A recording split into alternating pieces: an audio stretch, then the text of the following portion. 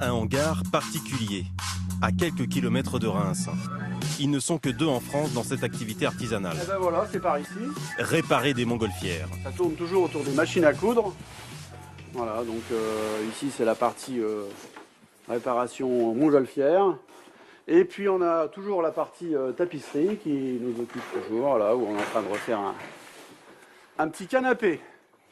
Dans cet atelier, réparer de la toile ou réparer du tissu, finalement, c'est le même métier. C'est en gros de l'assemblage de panneaux et faire en sorte qu'il n'y ait pas trop de plis, quoi. Ça se ressemble. Il y a 20 ans, Jean-Marie Hutois a transformé son atelier de tapisserie en centre de contrôle technique pour montgolfières.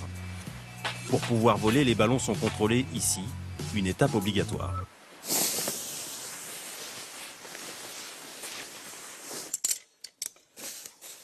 C'est le moment le plus redouté, ça. Pour les pilotes, c'est pas forcément agréable. Test de déchirure pour vérifier la résistance de la toile.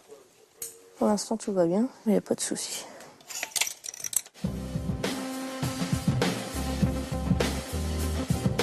Faire voler ces énormes toiles, gonflées d'air, sans vraiment pouvoir les diriger. Jouer avec les vents pour venir caresser le ciel. Un défi pour tous les pilotes de montgolfières.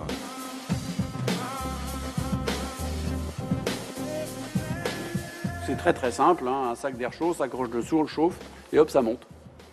Très simple. On laisse refroidir, ça descend.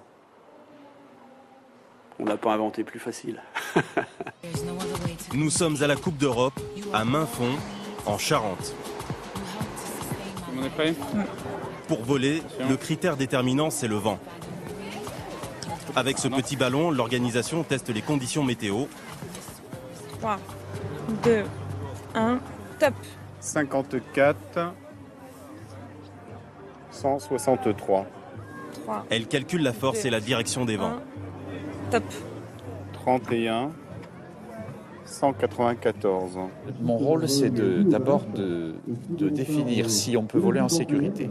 Pour ça, il ne faut pas que le vent dépasse une certaine vitesse et il faut qu'il soit également stable en direction. Jacques Bernardin, directeur des vols, décide du départ de la compétition. Now, number 1, Capucine de Sade. Capucine de Sade est pilote. L'une des 3 meilleures en France. C'est sa 6e participation. Elle prépare son vol avant de se lancer.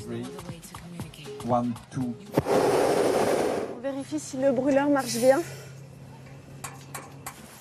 À gauche, Emma, la petite sœur de Capucine. À droite, Caroline, sa belle-mère. Préparation express pour cet équipage rodé.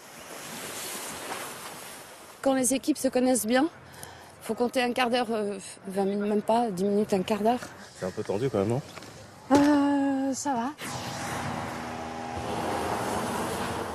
C'est toujours un peu stress après, mais à partir du moment où le ventilo est allumé, il n'y a plus de stress. Tout va bien.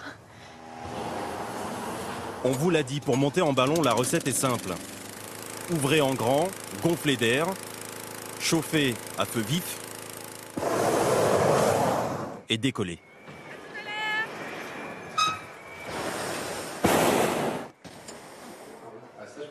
La montgolfière, une affaire de famille. Les parents de Capucine étaient pilotes et même son mari, Adrien, est pilote. Tous les deux sont quasiment nés dans un ballon. Et après, nous, on va passer, du coup, revenir un peu à l'ancien logiciel qu'on avait. Je suis tombé dedans tout petit avec donc mon père qui est pilote, ma mère qui est pilote, qui faisait partie des premiers pilotes français avec le renouveau de la montgolfière dans les années 70. Et moi, je suis presque né dedans. Un balai impressionnant de bulles d'air géantes. Un débarquement de 47 équipages. C'est le début de la compétition.